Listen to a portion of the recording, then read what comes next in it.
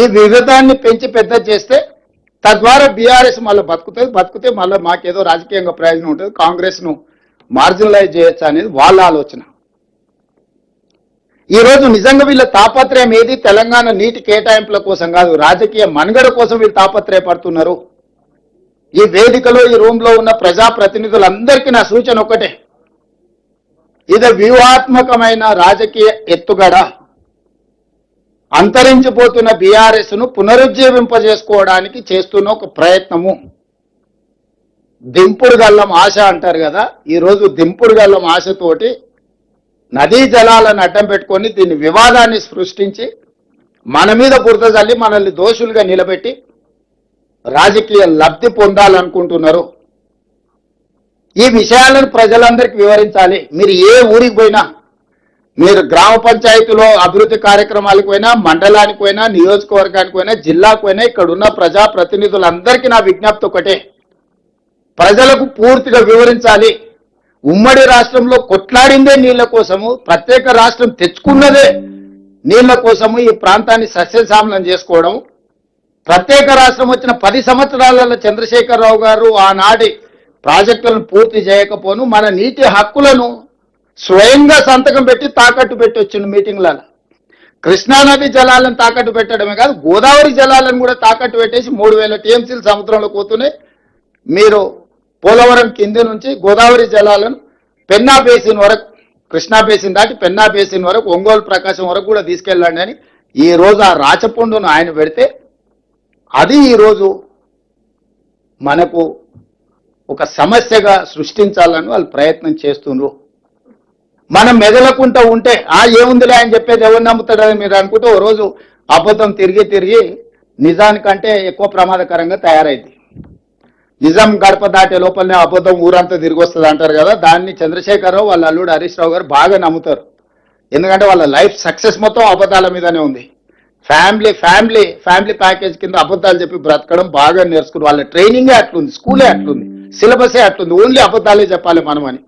నిజం చెప్తే విక్రమార్కుడు ఉంటుంది కదా, నిజం చెప్తే మీ తల వేవు ముక్కలైపోతుంది అన్నట్టు నిజం చెప్పితే వాళ్ళు చచ్చిపోతారని వాళ్ళకి ఏదో శాపం ఉన్నట్టు అన్ని అబద్ధాలే. నేను అందుకే చెప్పిన హరీష్ రావు గారు ఇన్ని ఆరోపణలు చేస్తున్నారు కదా, ప్రత్యేక శాసనసభ సమావేశాలు ఏర్పాటు చేద్దాం. ఒకరోజు కృష్ణానది జలాల మీద, ఇంకొక రోజు గోదావరి నది జలాల మీద చర్చ చేద్దాము.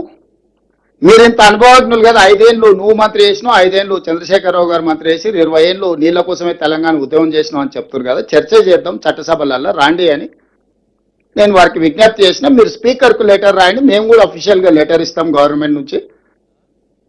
ప్లాట్ఫామ్ మీద ఫేస్ టు ఫేస్, ఇప్పుడు నేను ఏం చెప్పినా మీరందరూ మన వాళ్ళే, మీరందరూ ఎక్కువ తక్కువ 99% నేను చెప్పిన దాన్ని ఆమోదిస్తారు.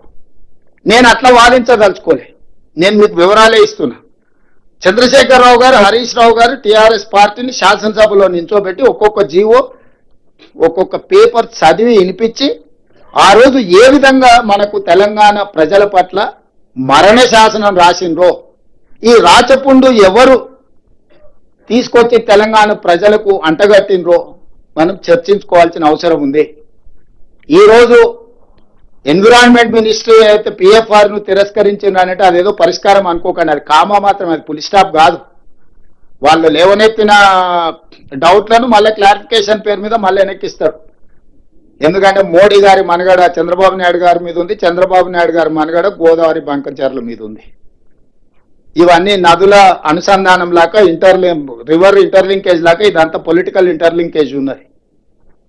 అందుకోసమనే ఇది మన తెలంగాణలో కడుతున్న ప్రాజెక్టులు కానీ తెలంగాణకు కేటాయించిన నీళ్లను పక్కాగా లెక్కలు రాసి మన కేటాయింపులు జరిగినప్పుడే ఈ సమస్యకు పరిష్కారము.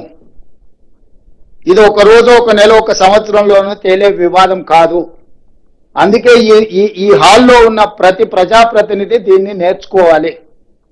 ప్రతి గ్రామంలో, మండలంలో, జిల్లాలో మీరు అంశాన్ని ఖచ్చితంగా మీరు ఏదైనా ఉపన్యాసం ఇవ్వండి. ఒక 5 నిమిషాలు ప్రజలకు ఇది వివరించాలి, ఏ విధంగా చంద్రశేఖరరావు గారు తెలంగాణ రైతులకు ద్రోహం చేసిండో, రాష్ట్రం వచ్చిన తర్వాత కూడా మన నీళ్ళని ఎట్లా ఆంధ్రప్రదేశ్కు తాకట్టు పెట్టిండో. ఆ రోజు ఆయన ఇప్పుడు వీడియోలో చూసారు, ఆయన గొప్పల కోసం ఎట్లా మాట్లాడుతుండో. కొందరికి నచ్చదు, కొందరు కడుపు నొప్పి ఉంటుంది, కొందరికి అది ఉంటుంది. అసలు ఆలోచన ఎందుకు వస్తుంది ఆయనకి? ఎవరికో కడుపు నొప్పి ఉంటుందని, ఎవరికో బాధ ఉంటుందని, అంటే ఎవరన్నా ఆయన ఏమన్నా అనేరు కానీ అని ముందుగానే మన మీద బురద చల్లుతున్నాడు, మన ఉద్దేశాలను మన ఆలోచనలని తప్పు పట్టాలన్నట్టుగా.